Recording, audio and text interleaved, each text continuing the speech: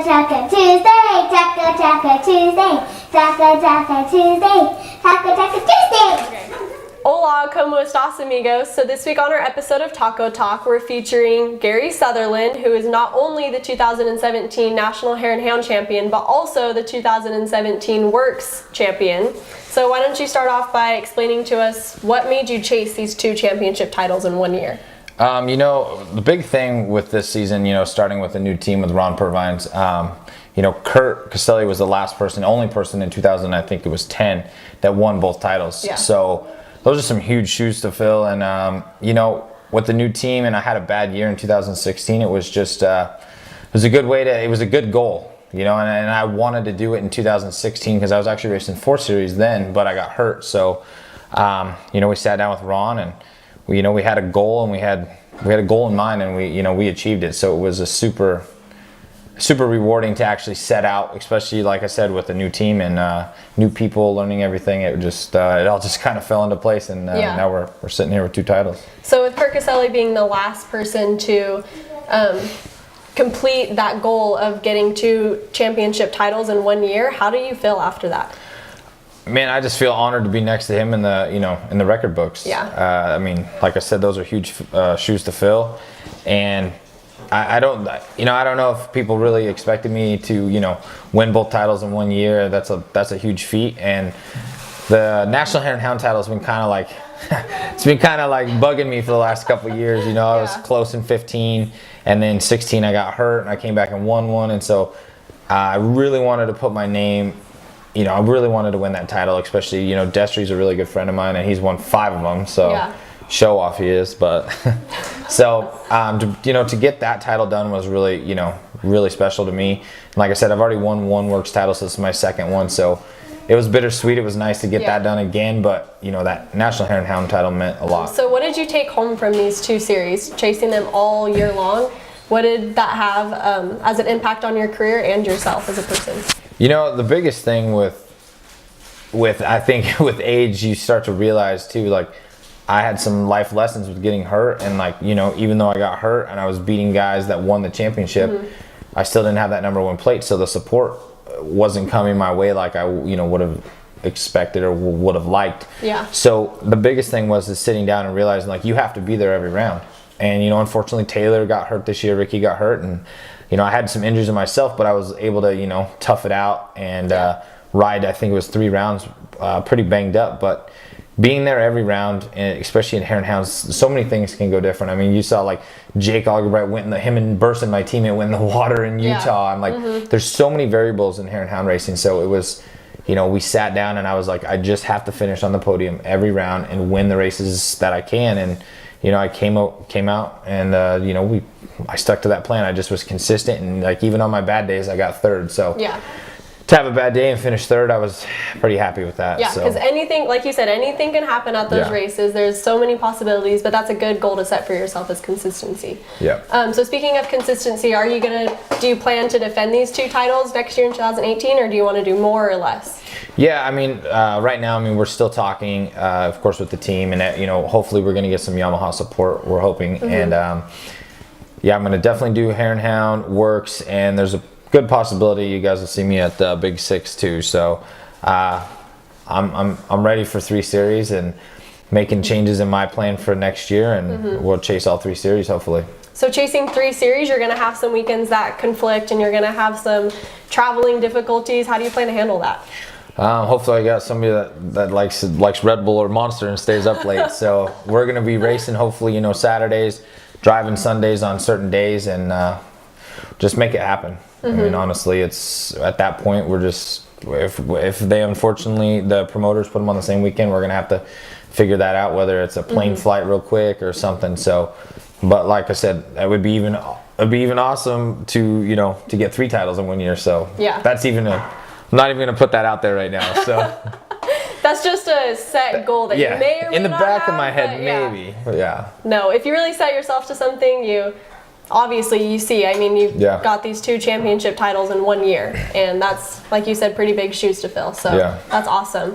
So you have the rest of December, or actually the rest of November, the rest of December, and then we start back up in January. What are you going to be doing in your off time? That's the tough part with Hare and Hound, and unfortunately us racing that long is there's not much of an off season. So taking a little bit of time off, and I'm actually going to race Ontario Endurocross. I kind of got talked into that. I lost a bet.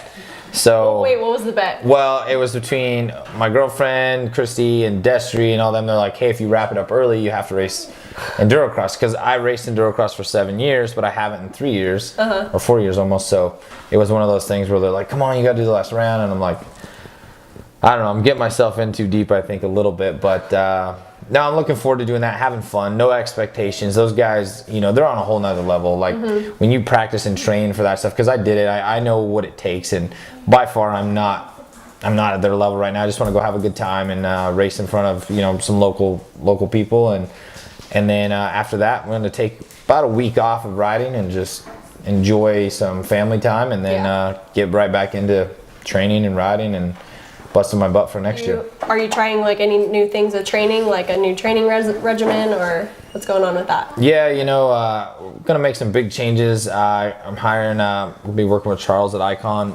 and using my house for training up here in the desert, and just kind of just fine tuning the little things that I'm a very sporadic, just go by the seat of my pants type guy when it comes to training, and I work my butt off. Clearly, I won my 2 titles, so I know my work's good, but there's still there's still places I need to fine tune. So there's always room for improvement. and that's basically it. It's just next year everybody's I got number 1 on my back, so everybody's swinging for that number 1, and Taylor's on his game. Clearly, and Ricky's riding good, and Jake's riding good, and Dalton's coming back, and there's a handful of guys out there, WORCS, Hare and Hound, and Big Six. The names, it's getting deeper and deeper. So it's like a line full of talent that you're gonna be out there fighting against. Exactly. You don't want to slack off and then not complete your goals. Well, and everybody's like, oh, hey, like, why would you change what you're doing? But I think with racing, you have to evolve. You have to.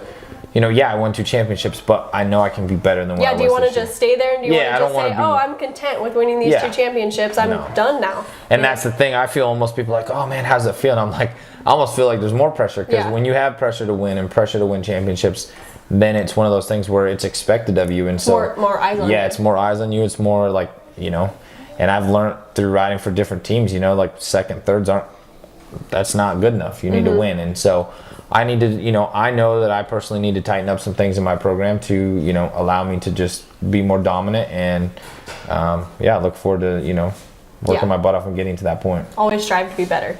Tell us a little bit about your history in racing and how you started off with all of this. I grew up in Montana, so 6 months of the year I was riding snowmobiles, skiing, having fun, and I didn't start racing until I was about 11 or 12. So I was a little bit of a late bloomer, and I raced moto and loved moto and wanted to, turn pro racing motocross, and watch Supercross and Jamie McGrath, and it was like, oh, this is awesome.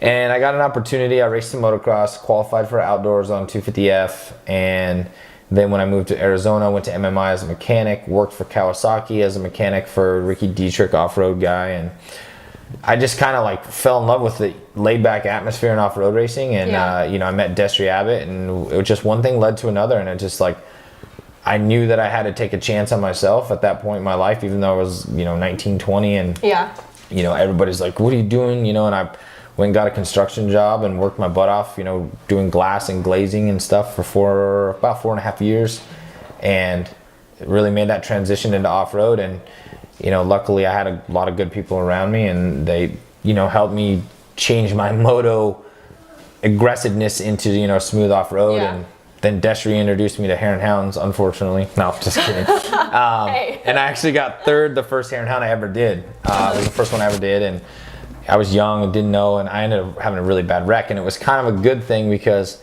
I was chasing down David Kama, who's now working for Kirk Caselli Foundation, and I was chasing him down. I think I'm on top of the world. Next thing you know, I'm like weeding my brains out, and it was a real good set me in my place, and I respect the desert ever since then. And you realize the consequences, and so I didn't really race Hare and Hounds that much until I tried another one in 14. I did a couple here and there for a couple years, but with the lack of support that I had and money involved in racing Hare and Hounds, it just wasn't feasible for me to do it. It's a lot of traveling.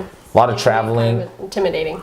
Yeah, and a lot of traveling, hard on the bikes. I only had one bike, you know, so it was like, I'm gonna go race WORCS and stuff. And so yeah, and then it just kind of like progressed, and I won my WORCS title, and then KTM was like, hey, we want you to do Hare and Hounds. What was the WORCS title that you got?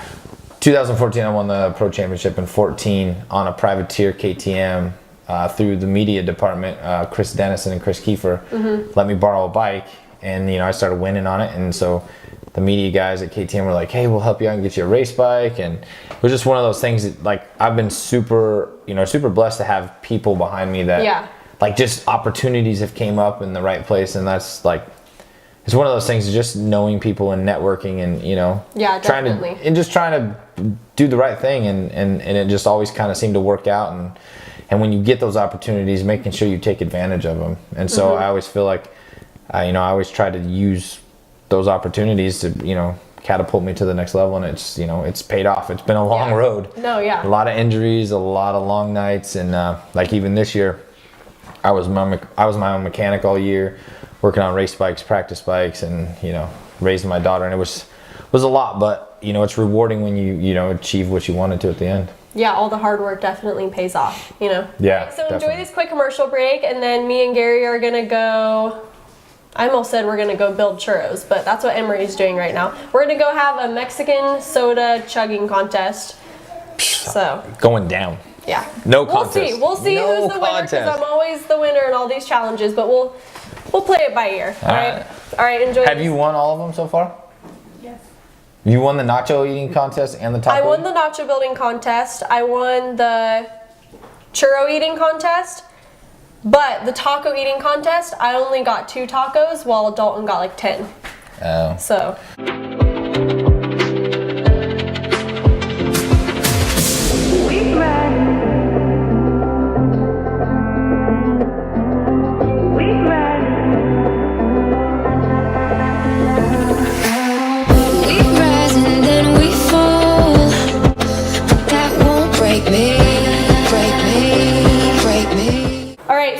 Let me explain the rules. So it is the first one to finish the most in under 2 minutes, and in under 2 minutes, if one of us can actually finish the 2, then that's obviously the winner. But if the timer goes off in under 2 minutes and whoever has the most gone, that's the winner. So we have to start off with our hands on our sides, and Emery's gonna give us the go, and then we're gonna chug these Mexican sodas. Can I jump it like the banner? Like, can we jump like 1, 2, 3, no. And if whoever finishes first, you gotta hit the time at that. Right. I'm gonna time it. I'm kind of nervous right now. I'm nervous too. Like I feel like I'm on the starting line right now. I'm nervous. Like I'm like. 1, 2, 3, go!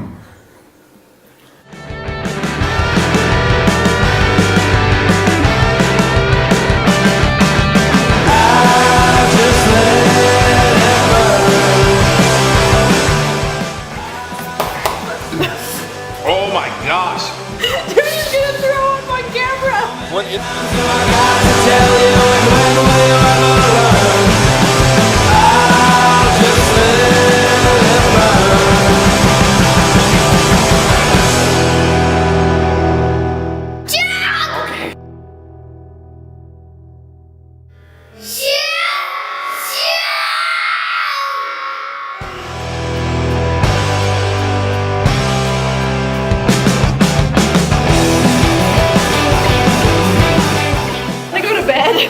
Oh, that was miserable. Yeah, that made me want to gag. Watching you guys like, ugh. Whatever this was, this club soda, I did not know that was club soda. So 2008, I was racing I think it was a West Coast Hare Scramble. I got a second place, I'm sorry. And Cycle News, of course, this is back when it was in print, and they're going through the whole thing. I must have missed Mark Korea at the time. I didn't know any better. And so the Cycle News comes out, and they interviewed first, which was Destry. Didn't interview me, interviewed third. Didn't say anything about me during the race because they didn't know. So this comes out. My mom was, of course, all pumped, and then sees Cycle News, and they didn't write about me. So my mom, with me not knowing, writes Cycle News a letter explaining, I guess, her not happiness about me not being in Cycle News. So it gets better because then Cycle News, laughing, not knowing the whole situation, puts my mom's letter in the next issue of Cycle News, for everybody to read. So, and they titled it Angry Mommy. So then after that goes, the next month, all the people that replied to the Angry Mommy. So I just got tore up on Cycle News in print for like, 2-3 weeks at the time. And I found out about it when Destry and Johnny got it. And I came over one day and they're like, dude, your mom wrote into Cycle News. Are you serious? And I was like, oh my gosh. Like, and I called my mom and my mom's like, what? And I was like, you can't write to Cycle News. And she's like, but it's not fair. And I just, gotta love her though. It's my mom. She loves me and I love her, but man, it was a little embarrassing. And Kiefer, which one of you has the most KOMs on Strava? Look at me, of course I do. I mean, seriously. No, I definitely don't have any KOMs. I'm a closet trainer. I just turn Strava off. Ricky just thinks I'm really bad at pedaling, and every time I pedal with him, I always like let him win. But really, that's what everyone says whenever they're actually bad at something. Yep. They're like, I just let you win. No, I'm not good at cycling, but I'm not a cyclist. I'm a racer. What about Kiefer? Kiefer's actually good. He's a pretty good cyclist. He's like a little twig though. He's got a little boy body. So he goes through the wind easy. He's just like, yeah, like I get in front of him and he's like, thank you. And I'm like, and I get behind him, I'm still blocking wind. Called So. Gary Sutherland. Oh man, it's been I think the worst, by far the worst, was this year at the WORCS race in Glen Helen. They spelt it Southerlund.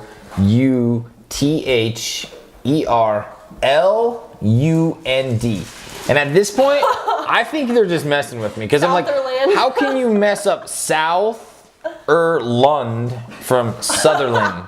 Like, it is ridiculous. And oh God. No, I don't know if it was when you were working media at Hare and Hound, but they've put Sutherland a few times. It may or may not have been, but saying. I'm not gonna admit to anything on camera.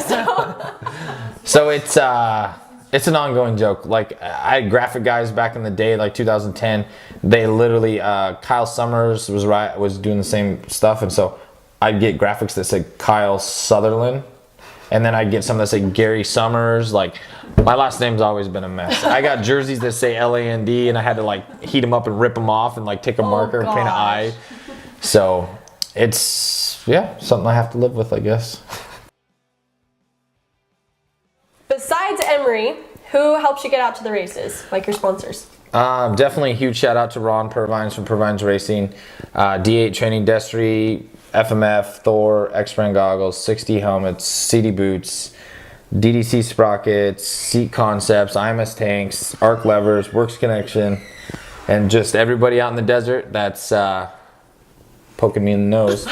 Everybody that's out in the desert that's cheering us on.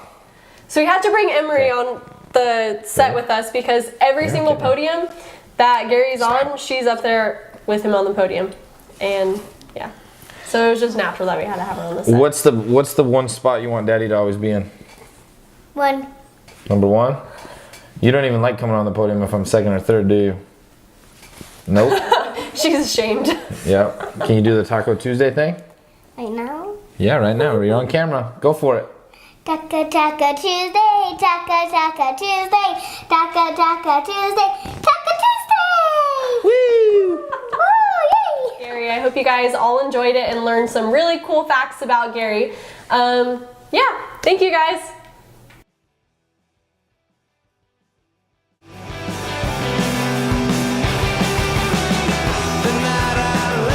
I'm never gonna be in. I'm not gonna be that guy. We're talking about fun This facts. is not Tinder, okay? This is Taco. Because I remember, like, I'm not gonna. Testing 1, 2. I'll just use my deep Well, voice. you blew us off on Taco Talk for how long? Oh yeah, I did. Well, So, Emery, why don't you tell us all about your night tonight? So today was a cool night because it was the best night of all, and I liked it because there's one puppy, and I liked that I played, and I did tacos and a quesadilla, and I helped them make Cheerios and a friendship bracelet, and even she helped me do these pumpkins, which this one stuck, and and I made Cheerios and I ate one. She made homemade churros. Homemade, from scratch, by the way. So she deserves some major... Oh wait, what's this? Tell us about this. It's a friendship bracelet, and why there's a braid because it is a special bracelet. And bye guys.